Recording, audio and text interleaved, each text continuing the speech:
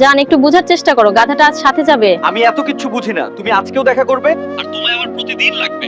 প্রতিদিন এগুলি ভালো লাগে না কিন্তু। আমি অপেক্ষা করব, বলে দিলাম। আচ্ছা। বউকে কল দিছিল? আরে মা কল দিছিল, তুমি কি কিছু শুনেছো? না, কিছু শুনতে পারিনি। হ্যাঁ। তো চলো তোমায় কলেজে দিয়ে আসি। জান, তুমি চলে যাও, আমি এবার একাই যেতে পারবো। আর একটু এগিয়ে দিয়ে আসি। অনেক কষ্টে গাধাটাকে বিদায় করছি, কই তুমি জলদি আসো, নইলে আবার কেউ দেখে ফেলতে পারে। তোমায় ছাড়া থাকতেই পারি না জান। ওয়াও, তোমায় আজকে অনেক কিউট লাগছে। হইছে, এবার জলদি চলো, আমার টাইম কম। বলুন আজ আপনাদের কি লাগবে? আমার আজকেও একটা ভালো রুম লাগবে। রুমে কিন্তু এবার এসি থাকতে হবে। ঠিক আছে, কোনো চিন্তা করবেন না। বোরকা পরা মেয়েটা দেখি আমাদের হালকা ভাইয়ের বউ। তার মানে কলেজে না গিয়ে বয়ফ্রেন্ডের সাথে এসব করতে আসে এখানে। এখনই জানাতাছি। হালকা ভাই, ও হালকা ভাই, কি রে বোন, কি হয়েছে?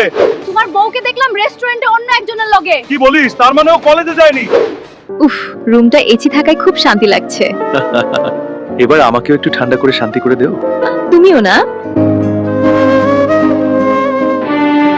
হায় রে বেঈমান, তোরে কি আমি কম ভালোবাসছিলাম? এইভাবে আঘাত দিলি আমায়। ওগো বিশ্বাস করো, আমি কিচ্ছু জানি না, উনি আমাকে টেনে নিয়ে আসছে এখানে। যেহেতু আমার বউ এই ছেলের সাথে সম্পর্কে জড়িত, তাই আজ থেকে আমি আমার বউকে মুক্ত করে দিলাম। ভালো থেকো বউ। যা হয়েছে ভালোই হয়েছে, এবার তুমি আমাকে বিয়ে করো। আমি শুধুমাত্র টাইম পাস করার জন্য তোকে ভালোবাসছি। আজকে আমার সব শেষ, নিজের জামাইকেও হারালাম, ভবিষ্যৎটাও হারালাম। ভালোবাসলে শুধুমাত্র নিজের স্বামীকেই বাসুন। ভিডিওটি শেয়ার করে ছড়িয়ে দিন।